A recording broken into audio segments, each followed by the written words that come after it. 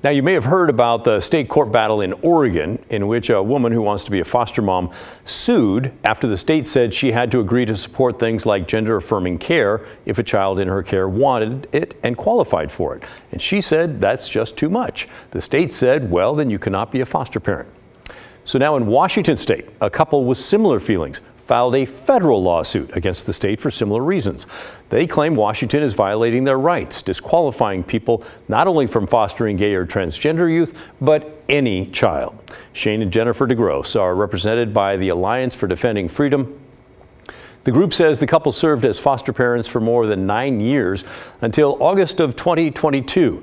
In June of that year, Washington's Department of Children, Youth and Families enacted new regulations. They required, among other things, all foster parents use a foster child's preferred pronouns and chosen name.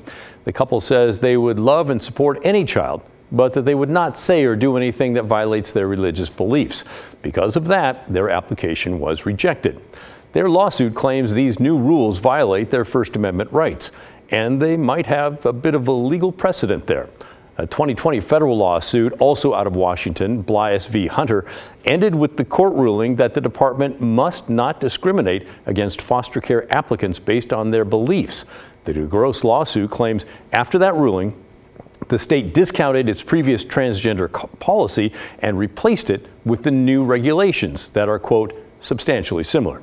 Now, as I mentioned earlier, this story might also sound similar because of a case here in Oregon.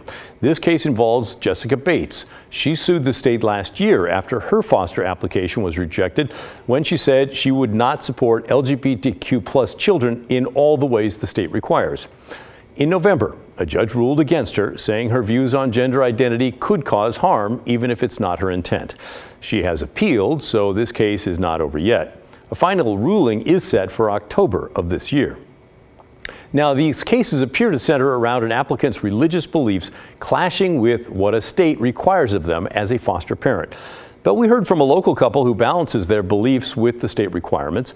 Jeremy and Christina Tom are a Beaverton couple, heavily involved with Hope City Church in Milwaukee.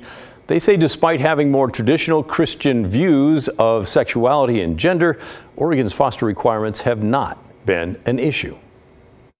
For us, it hasn't been so much about sharing our faith verbally with the kids who come into the house as much as it is about just seeing love in action. I don't think I need to speak a lot of words.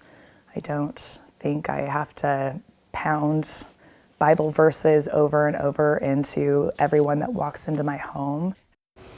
This debate has spread nationwide. The federal government has proposed rules that would require anyone who wants to be a foster parent to support LGBTQ kids in their care.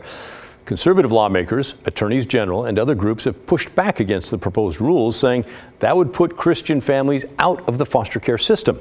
And they say rural areas in particular depend on faith-based agencies and families to provide foster care. Research from the University of Tennessee suggests that Christians are 3 times more likely to consider fostering than others, and twice as likely to adopt. And it's no secret that both Oregon and Washington have struggled with finding housing placement for foster kids, including having to put them in hotels or even offices. We'll continue to follow each of these lawsuits, as well as the federal proposal, to see what the future of fostering could look like here at home and around the country.